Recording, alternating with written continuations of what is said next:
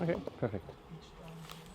C'est injuste contre un batteur là. Pff, Ah, mais c'est pas un concours. Is the loudest loud enough? Si tu tapes le plus fort possible parce que c'est censé être un peu sensible. Okay. Let me try to shift it. Ça saturait tout à l'heure. Ah ouais. Ouais, Ok. on a baissé beaucoup. Je sais Ok, pas pourquoi. On doit toujours utiliser le même doigt. Ah, very good question. I would suggest yes, but in between, entre les essais, tu peux changer, mais peut-être pour les 45 secondes, peut-être c'est bien de ne pas rajouter une subtilité. Ouais. De toute façon, tout le monde utilise celui-là. C'est vrai, ça pourrait être 2 ou 4. 4, ça pourrait être pas mal. Celui-là? Ouais, l'annulaire. Les clignements des yeux. On les traque pas encore. Après, on essaiera d'être plus proche de votre musique, parce que là, on est assez loin quand même. Mais non, mais éloignons-nous de notre musique. Ouais, et puis c'est un éloignement très relatif quand même. Parce que Oui. ce genre de malaise, on les a, on se voit. Ouh, putain, je suis trop près là. Ouh là, ça va être dur à tenir ça.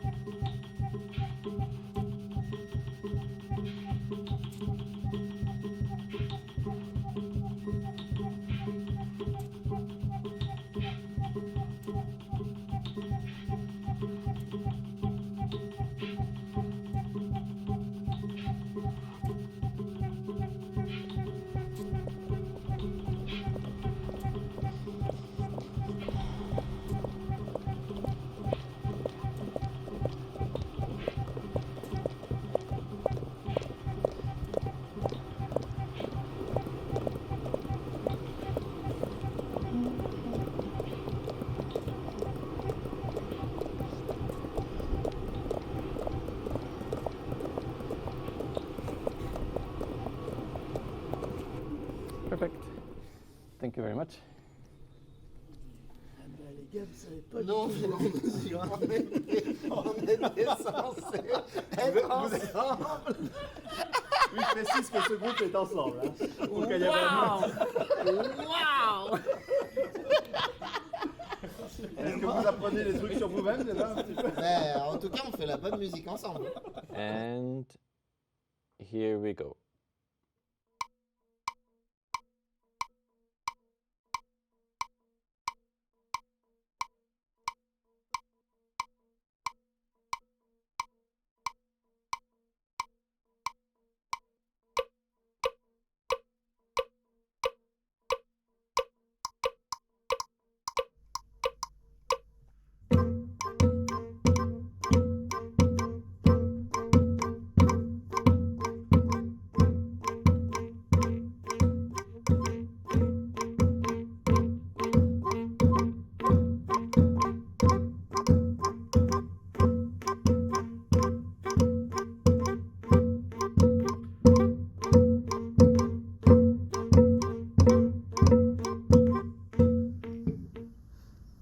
And just my first question is very general. So what are you looking for?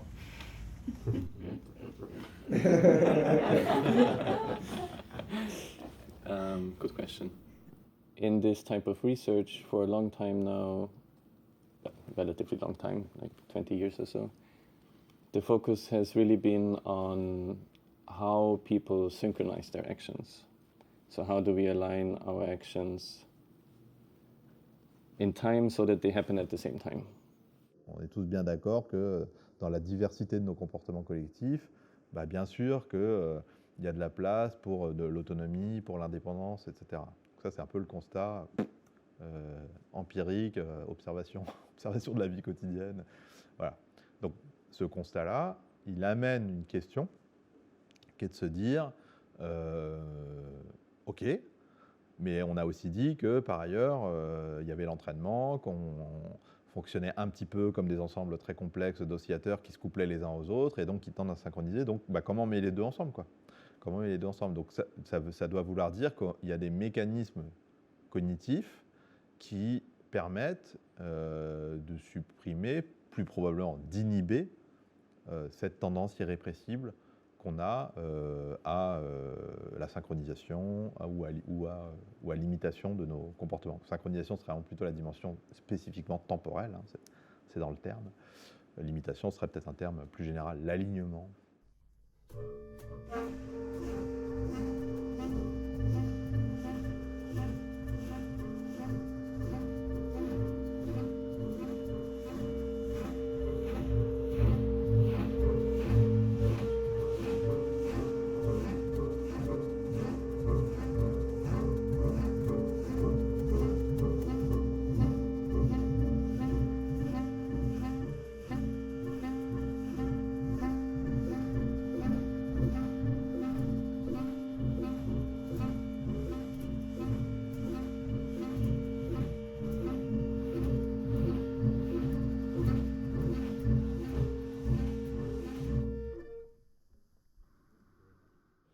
Et là, le but pour tous les autres, pour tous ceux qui n'ont pas reçu le mot-clé, c'est de changer dès qu'ils entendent que quelqu'un change dans le groupe.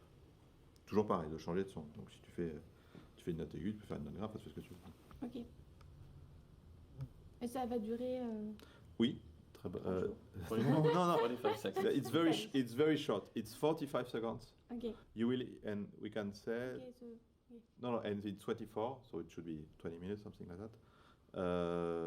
And we can tell you that you will hear this change word sometime in between 20 seconds and 30 seconds. So either all of you or only one of you. But we will tell you that. Number 10, one person will get a prompt. And here we go.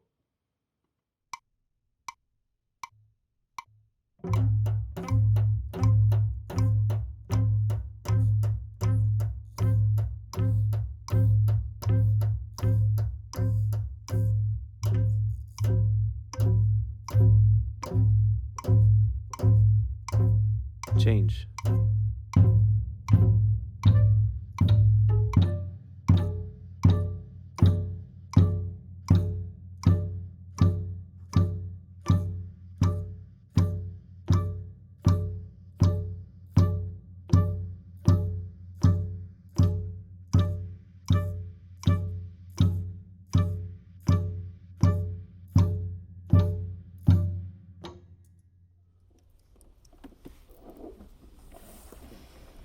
C'était mignon.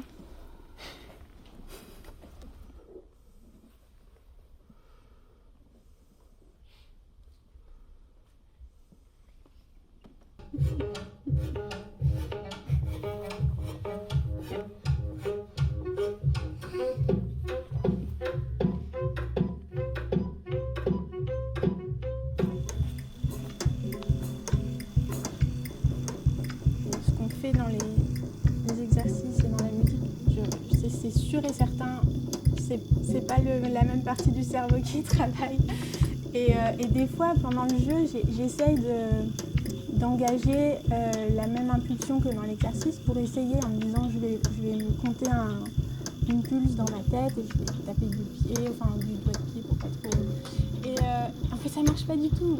Entre le moment où on a commencé à faire mes exercices en tête, le process qui m'a amené ensuite à travailler avec des métronomes, des synchronisés, et ce qu'on fait aujourd'hui, j'ai vu que ça mettait mon cerveau à rude épreuve, mais j'ai aussi vu qu'avec les années, il y avait un phénomène d'habituation qui se crée. Et ce qu'on fait aujourd'hui ne m'est plus étranger, comme ça a pu l'être quand j'ai commencé à travailler avec des compositeurs, avec Carl Nielsen notamment. Et là, en l'occurrence, quelque chose de très étonnant, c'est le travail avec le métronome, qui est complètement antinomique à la base avec notre musique, puisque le trio, oui, c'est une forme de réaction à la quantification du rythme, à la pulsation, c'est chercher comment on peut jouer du rythme, mais pas avec la notion calibrée mathématique du rythme habituel. Et là, on réintroduit cet outil qui est le métronome dans un contexte qui, au départ, est en opposition complète. Et ça a créé des choses étonnantes aussi dans la prise de conscience, justement, de cette synchronisation. Et le fait que, malgré tout, c'est synchronisé d'une certaine façon. Là, les premières expériences étaient extrêmement déstabilisantes. Jouer avec deux métronomes qui se déphasaient et faire de la musique, c'est-à-dire essayer de garder le même but que celui qu'on a tous les 6, au-delà de la désynchronisation, avoir comme but commun de faire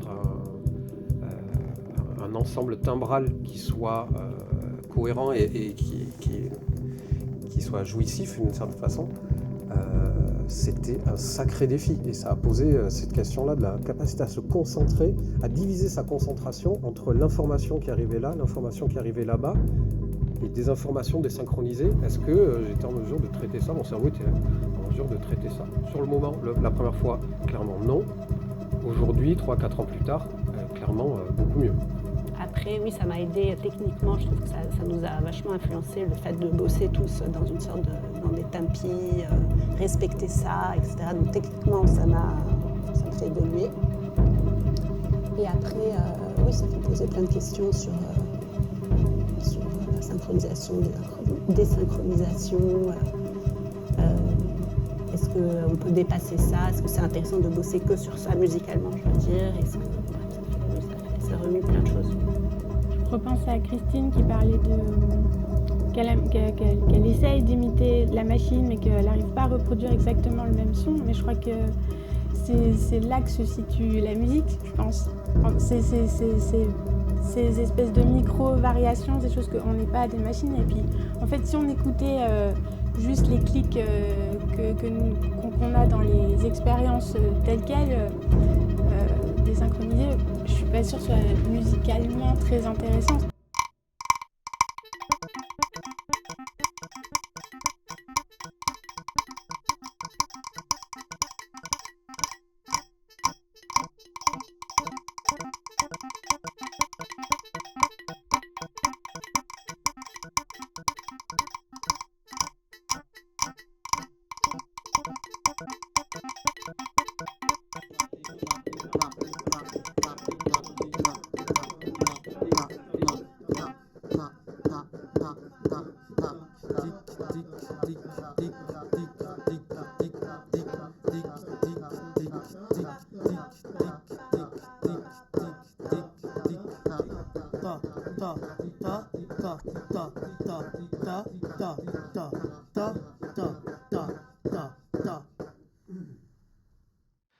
Okay, when you do an experiment, you need to measure something. So you need to have a matrix, and that's on this matrix that you are going to do your comparison. So the issue is that what are we going to measure? So when you are going to play with your instruments, with Frédéric Bevilacqua, that will be there tomorrow, we'll try to give you some motion captors at different places on your bodies. We need to see where exactly. That's not clear for me because I'm not a specialist. Probably torso, maybe head, we'll see. And this will allow us to have like a quantity of motion, so to speak. And this will allow us to test if we see differences in quantity of motions on different conditions. I don't want to spell out too much because also that's part of the experiment, not to bias the participants and an experiment, so we can discuss afterwards. But with the captor, you don't send us... No, nothing. No electric shock. So all data will be stored anonymously also for the motions and for the timings. Ah, okay. So it won't endanger your reputation as a good or as a bad musician. Ça, je sais pas comment. J'adore être un C'est cobaye. un moment d'émotion assez intense. Je cache un peu, mais.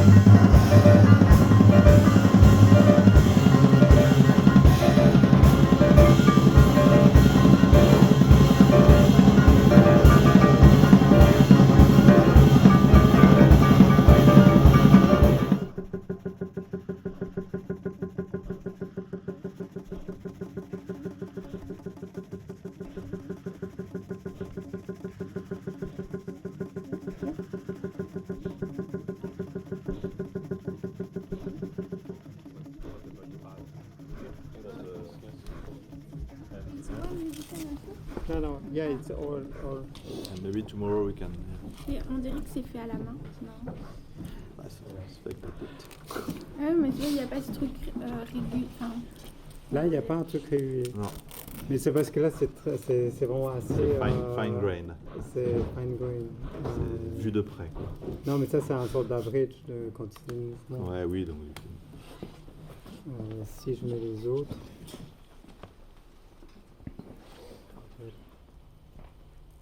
So we can. It's the same scale for everyone. Okay. So we can average Yes. for each musician, for each performance, we can extract one quantity of motion.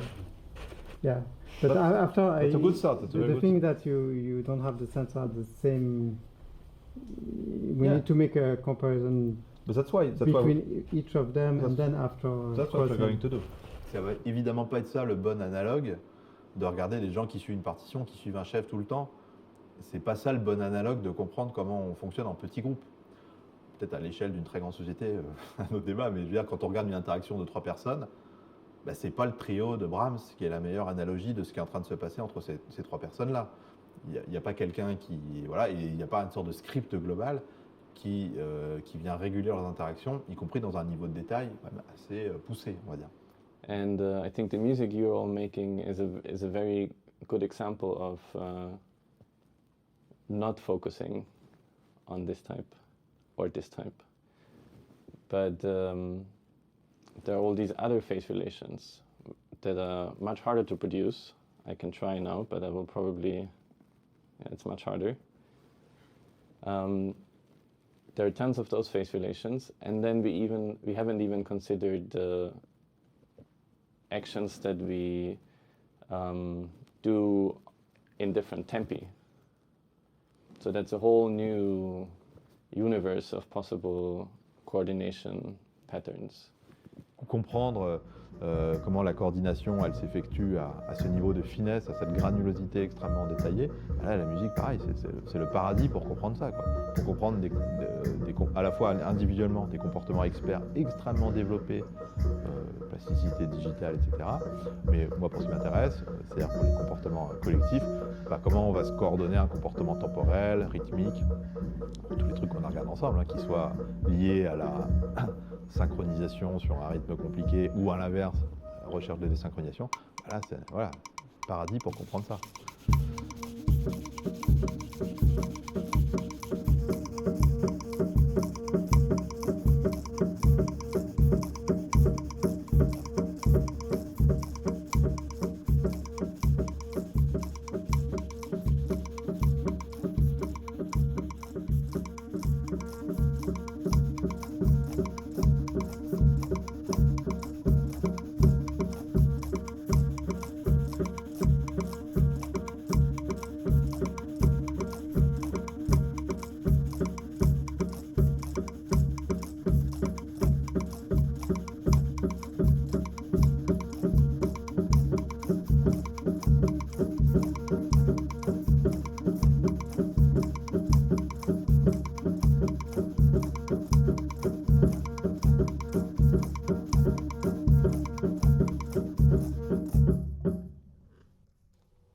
So the results of the no vision vision come mainly from the high complexity condition.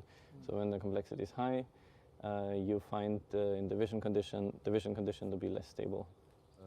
It's cool because so there are a lot of studies on music cognition and collective music making that emphasize the role of visual communication in coordination, really stating that you really need to see each other to be able to coordinate.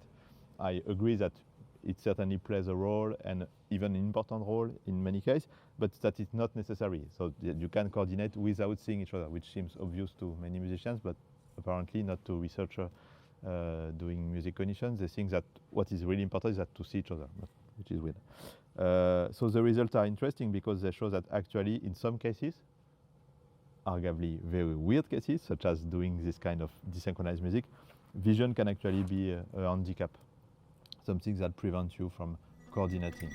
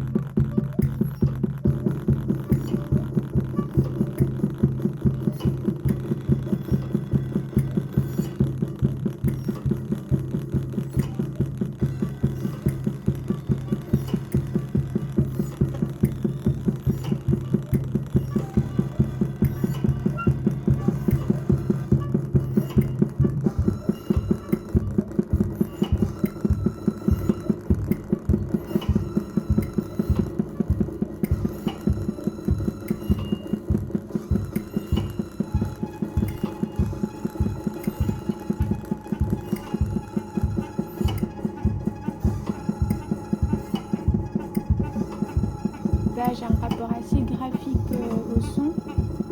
Donc, pour moi, en fait, c'est comme si je dessinais avec le son. Je dessine aussi par ailleurs, donc je pense que j'ai un peu ce truc-là. Donc là, en l'occurrence, dans le mode de jeu qu'on a avec ce projet, ça va être assez proche d'un électrocardiogramme. Et donc après, j'espace les traits et je m'enchevêtre avec les autres traits. Enfin, c'est un peu du tricot en fait. Je le vois comme un paysage, quoi. Mais c'est très abstrait, quoi. C'est pas vraiment, je veux pas une montagne, quoi. C'est très abstrait. Et là, je me dis, là, je vais faire un objet qui va tout couper. Là, je vais faire une rupture qui va diviser le paysage en deux, tout en écoutant tout ce qui se passe. On présente ça comme des formes géométriques, des segments, des choses à angle droit, des segments, des carrés, des petits points, des choses des formes géométriques extrêmement simples, extrêmement basiques, qui relèvent d'un univers un peu binaire, où on parle de combinaison, on est plutôt dans la combinatoire que dans l'aléatoire. Because in a way, I mean, this music has no clear narrative with a beginning, middle part, and an end. It could have, but somehow the whole logic in it, it's more something like continuous that anyway is there. So is already there before we play, or could be there. Yeah. And it's like putting away the mute button on a mixer, and then when we stop, it kind of goes on, even if we stop. So it's... On est juste un segment de musique qu'on a cuté dans un infini temporel. Change.